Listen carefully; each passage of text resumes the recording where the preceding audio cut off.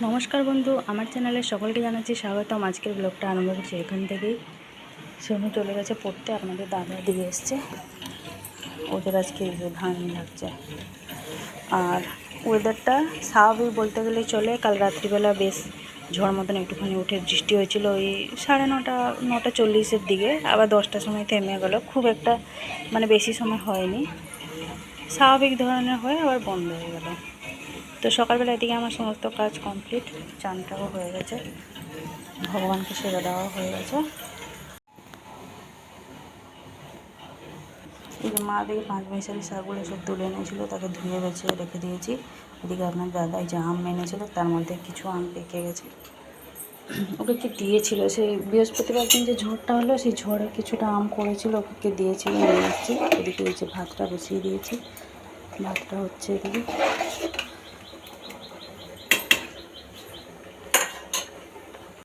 ভাবলাম একেবারে সব কিছু কাজ ওদিকে কমপ্লিট করে চান করে তারপরে এসে রান্নাঘরে এসে ঢুকবো, নাহলে যে বড্ড দেরি হয়ে যাচ্ছে পুজো দিতে। সেই জন্য আজকে সকালে কাপড় চোপড়ও কেচে নিয়েছি সকালবেলা 1 বালতি মতন, আবার 1 বালতি মতন ভিজিয়ে রেখে দিয়েছি। ওটা একটুখানি বেলা দিয়ে কাচবো। আর সকালবেলা যেগুলো সমস্ত কেচেছিলাম, খুব ভোরবেলায় আজকে ঘুমটা ভেঙে গেছিলো। এমনি উঠে উঠে একটা অভ্যাসে পরিণত হয়ে গেছে, বিনা অ্যালার্মে ঘুম ভেঙে যায়। তো ঘুম ভাঙার কারণে সমস্ত কাজ কমপ্লিট করে 1 বালতি কাপড় চোপড় কেচে ছাদে ওগুলো দিয়ে এসেছি। এগুলো দেখি যদি বাই চান্স জল দেয় তা বেলা দিকে কাচবো, নাহলে আমাদের কল আছে, চিন্তা নেই। ওই সজলধারা জলের উপরে নির্ভর করে বারবার ধোকা খাওয়ার মতন হয়ে যাচ্ছে। কালকে বললাম না, কালকে সারাদিন জল দেয়নি। বিকালে ঠিক আমি যখন নাচের ক্লাসে বেরোচ্ছি ওই 4:45টার দিক করে তখন দিয়েছিল। মা ওইসব ড্রামে সব জলগুলো রেখেছিলো, ওগুলো সকালবেলা সব কাজ বাজ হয়ে গেছে, কাপড় কাচা ওই জলেতেই হয়ে গেছে। তো এখনও পর্যন্ত কই দেয়নি, জানি না দেবে কি না দেবে। কী করবো ভাবছি, মুড়ি খাওয়ার জন্য একটুখানি আলুর দম করবো, দেখা যাক। ভাতটা তুলে নিয়েছি ওইদিকে, আর এদিকে একটুখানি আলু তরকারি করবো মুড়ি খাওয়ার জন্য। আলুটাকে এইভাবে ডুমো ডুমো করে কেটে নিয়েছি একটা টমেটো কুচি, 3টে কাঁচা লঙ্কা, একটা মিডিয়াম সাইজের পেঁয়াজ কুচি।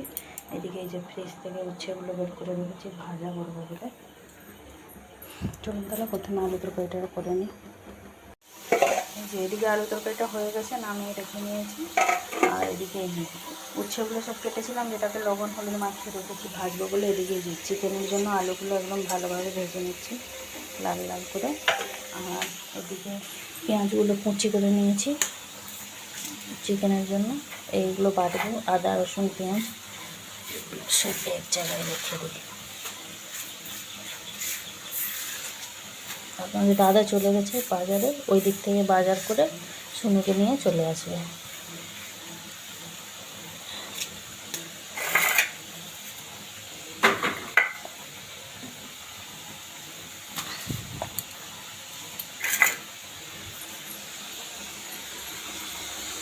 আলুগুলো হয়ে গেছে, এবার নামিয়ে নেবো, উচ্ছেগুলো ভেজে নেবো। আর একটুখানি তেল অ্যাড করে দিলাম, অল্প তেলে হবে না। শুনু তো আবার ছোটোবেলা থেকেই তার একটা সেই ডায়লগ, মা 500 তেলে করলা ভেজেছ, মা 500 তেলে উচ্ছে ভেজেছ, 500 তেলে আলু ভেজেছ, একদম ভালো করে পুরো ছেঁকে নিতে হবে। তো সেই জন্য এই যে হাতের সাহায্যে এভাবে রসগুলো সব নিকুড়ে নেবো। আগের থেকে লবণ হলুদ মাখিয়ে রেখে দিলে তার রসগুলো সব বেরিয়ে যায়। আর এইভাবে একটু যদি নিকুড়ে নিতে পারেন আরও ভালো, ভাজাটা দেখবেন সুন্দর হয়, খেতেও যেমন টেস্টি হয়, তার ফ্লেভারটা একটা আলাদা মতো করে চেঞ্জ হয়ে যায়।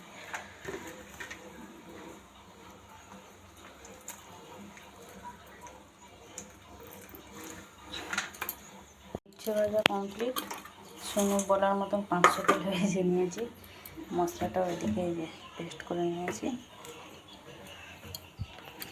এবার একটুখানি বসবো, কই এখন আপনাদের দাদা আসেনি, এলে আগে মুড়ি খাবো, তারপরে আবার এদিকে রান্না বান্না হবে। একটা বলেছি মাছের মাথা আর একটা বেগুন নিয়ে আসতে, তো মাছের মাথা বেগুন আলু দিয়ে সবটা চচ্চড়ি করবো বলে ভাবছি, দেখা যাক কী হচ্ছে। আপনাদের দাদা নিয়ে এসছে বাজার থেকে কিমে শাকটা, দেখুন কত বড় একটা গাছ। কিছু কিছু বেছে বেছে নিচ্ছে, ঠিক ডগার দিকগুলো ঠিক মনে হচ্ছে যেন বট গাছের চের কোথায় হয়েছিল, তুলে তালে নিয়ে এসছে।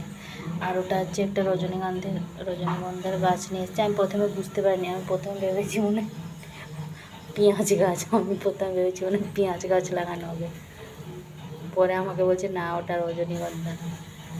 মাছের মাথা বেগুন সব নিয়ে এসছে, রান্না হবে। এগিয়ে শাকটাকে বেছে নিই, তারপরে মাছের মাথাটা দেবো। ওদিকে ওই যে কুঁদরুটাকে বা কাটছে, বসে বসে কুঁদরু ভাজা হবে।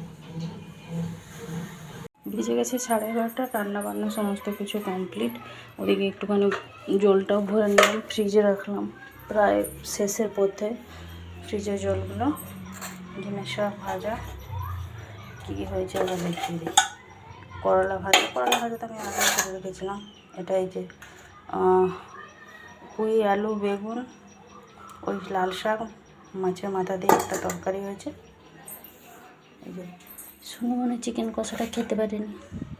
কুঁদরু ভাজা, এদিকে চিকেন আলুর তরকারি। এই যে চিকেন আলুর তরকারি।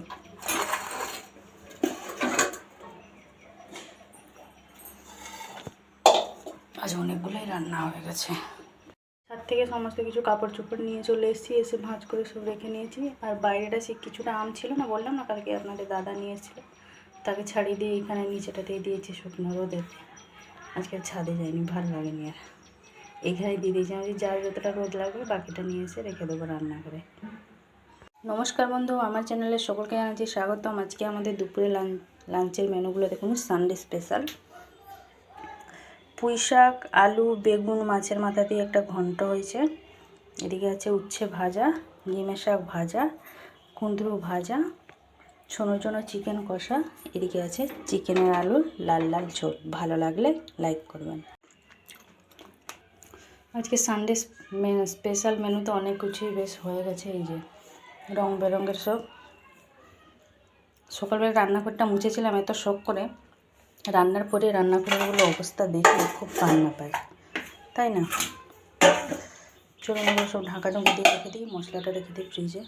রজনীগন্ধার গাছটা বিকালবেলা লাগানো হবে, সেই জন্য এই যে নিয়ে এসেছি কলতলে, ঠান্ডা জায়গাটায় থাকবে এইখানটা।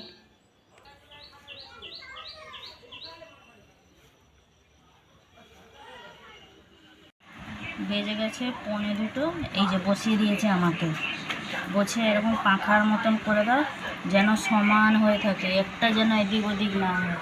আমি খাওয়া দাওয়া করে বসেছি, পুরো হাঁপিয়ে গেছি, ওই জন্য হাত পা সব ছড়িয়ে ছাড়িয়ে লেগেছে। এই যেটা একদম তার পারফেক্ট চাই, আমাকে বলছে বেশি বড় বেশি ছোটো যেন না হয়।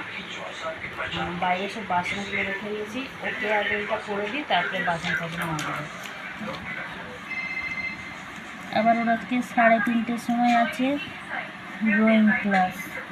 শনিবার ডেটটা চেঞ্জ হয়েছে, কারণ ওর শনিবারে বড্ড চাপ হয়ে যায়, সেই জন্য শনিবারের জায়গায় এবার থেকে রবিবারে হবে শুনে ড্রয়িং ক্লাস। চলুন তাহলে আপনাদের সাথে গল্প করতে করতে একটু এদিক ওদিক হলে এখন আমার অবস্থা খারাপ করবে, আমার শনিমা রেগে যাবে আর, তাই তো শুনো।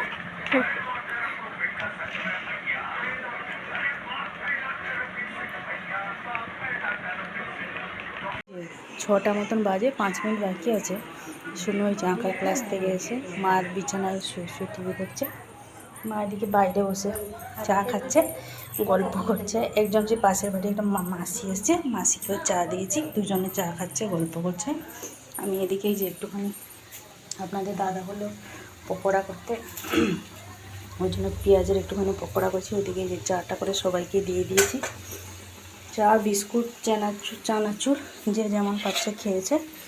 এবার আমি তারপরে এই যে পকোড়া হয়ে গেলে তারপরে রুটিটা করে নেব।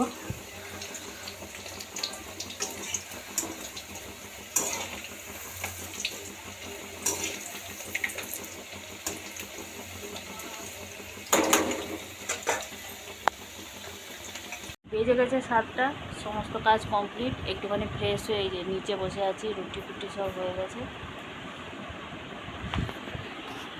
নিচেটাতে বসে আছি। কি গরম লাগছে, আজকেও মনে হয় বৃষ্টি হবে, জানি না, আকাশে একদম পুরো কালো মতন করে এসেছিলো সন্ধ্যের দিকে। তো যাই হোক সব কিছু কাজ কমপ্লিট হয়ে গেছে, এক বোতল জল নিয়ে বসে আছি নিচেটাতে। তো আজকে আর ভিডিওটা বড় করছি না, ওদিকে আবার শুনে বলছে খিদে পেয়ে গেছে, মা খেতে দাও। তো আজকে এই পর্যন্তই, আবার দেখা হচ্ছে আপনাদের সাথে আগামীকাল আরেকটি নতুন ব্লগ নিয়ে। সবাই ভালো থাকবেন, ভিডিওটি ভালো লাগলে লাইক করবেন। নমস্কার।